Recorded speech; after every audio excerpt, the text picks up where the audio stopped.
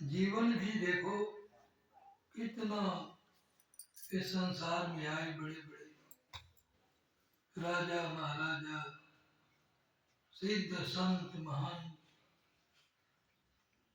बड़े बड़े धनवान, भूप अनेक भये पृथ्वी पर, रूप तेज बल खान, कौन बचो है काल गाल से, मिट गए नाम निशान।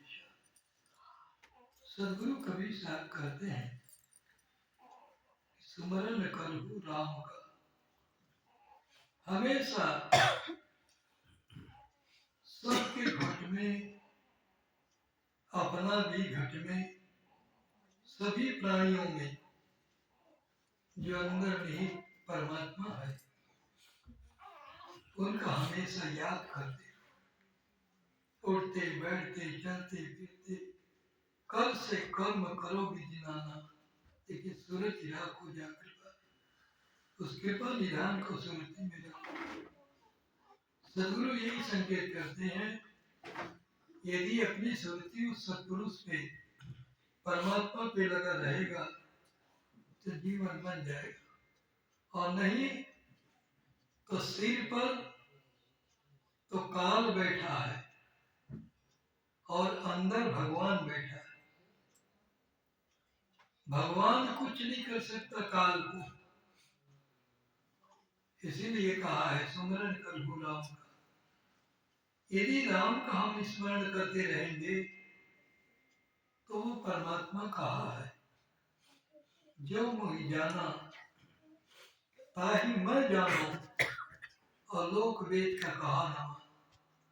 मुझे संसार से मतलब नहीं, मुझे कोई वेद शास्त्र से मतलब नहीं, जो मुझे याद करता है, जो मुझे मानता है, जो मेरे वाणियों का पालन करता है अपने जीवन में, निश्चित ही मैं उसका ध्यान देता हूँ और काल से बचाता हूँ।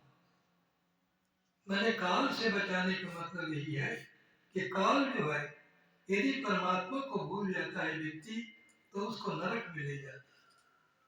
क्योंकि हमारे शास्त्रकारों ने, ऋषि मुनियों ने अपने अनुभूति से सिद्ध किया है कि नरक है और स्वर्ग है और अपवर्ग है।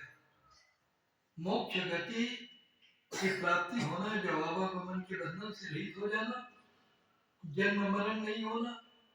स्वर्ग तो ये संसार है, और नरक जो है ये पशु पक्षी कीड़े मीड़े। सदगुरु कबीर साहब कहते हैं, यदि परमात्मा का स्मरण नहीं याद किया तो नरक में चला जाए, पशुओं के जीवन में चला जाए, कभी उसकी निवृत्ति नहीं हो। इसीलिए हमेशा याद करते हुए अपने जीवन को अच्छा बनाना है। दिवंगत आत्मा भक्तराज हरिश्चंद्र जी बहुत पुराने भक्त हैं। अपने घर में भी, बेलारी में भी चौका कराया, कई बार हम चौका किए, और देखिए यहाँ पर भी उन्होंने पिछले बार बुलाया था, हम तो दतिया से आए थे। बड़ा उनका प्रेम भाव, इतनी भक्ति थी उनके अंदर, माता जी के अंदर भी बड़ी भक्ति, और दोनों के दोनों में इतनी भक्ति थी, बहुत ज्यादा। बहुत अच्छा है कि उनके सुपुत्र के अंदर भी वो भक्ति जागृत हुई, और हम आप सबों को आमंत्रित किए। मैं सदगुरु से प्रार्थना करता हूँ कि सदगुरु भक्तों को अच्छी प्रकार की भक्ति दे और सुख समृद्धि से संपन्न करे, क्योंकि जीवन और यौवन, जो मैं पहले ही बोल दिया, ये स्थायी रहने वाला नहीं। न संपत्ति स्थायी रहती है, न युवावस्था संपत्ति रहती है, न ये शरीर ही अस्थायी है, सब नाशवान है। केवल एक तो इंद्रियार्थेषु वैराग्यम अलंकार ये बचो, जन्म मृत्यु जरा व्याधि दुख दोषानुदर्शन। हमारे ऋषि मुनियों ने कहा कि अपने इंद्रियों को, जो 5 ज्ञान इंद्रिया, उनमें अंदर वैराग्य हो, इंद्रियार्थेषु वैराग्यम, और किसी भी प्रकार के अहंकार न हो, और जन्म मृत्यु जरा व्याधि, ये तो होगा ही, जन्म होना, मृत्यु होना, व्याधि, अनेक प्रकार के कष्ट होना, ये तो होता ही है। तो उससे भी निवृत्त हो जाएगा यदि परमात्मा चिंतन मनन करता रहेगा, तो आवागमन के बंधन से भी निवृत्त हो जाएगा। इसीलिए बार बार सदगुरु का संकेत है भक्त के लिए कि अपनी भक्ति भावना से सत्य अहिंसा का पालन करते हुए अपने जीवन को अच्छा बनाने का कोशिश करो, क्योंकि थोड़ा ही दिन रहना है। इस शरीर का कोई भरोसा नहीं, युवावस्था भी चला जाए, बाल अवस्था भी चला जाए, वृद्ध अवस्था भी चला जाए, इसकी कोई समय नहीं है। उन्होंने प्रकृति ने इस शरीर को बनाते समय आयु ऐसा रख दिया है कि किसी को जानकारी नहीं है कि कब तक है और कब चला जाए, इसका कोई भरोसा।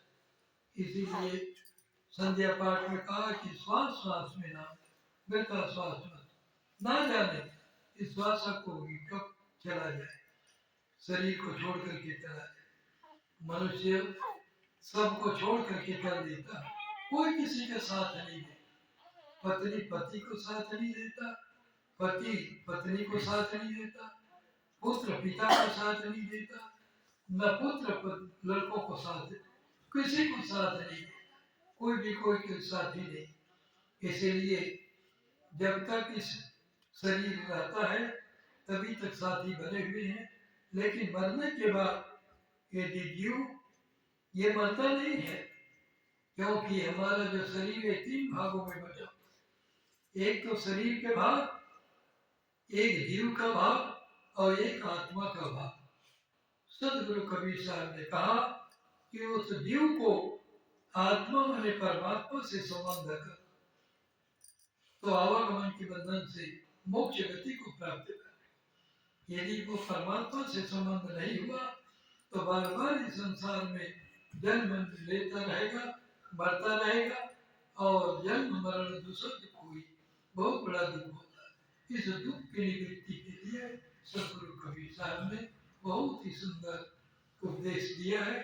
उन उपदेशों का यदि हम पालन करते रहेंगे, सत्य हिंसा का पालन करते रहेंगे, काम क्रोध लोभ मोह अहंकार इनको अपने जीवन से हटा देंगे, तो निश्चित ही अपने अंदर ज्ञान होगा, परमात्मा का स्मरण चिंतन मनन होगा और आवागमन का बंधन मिटेगा।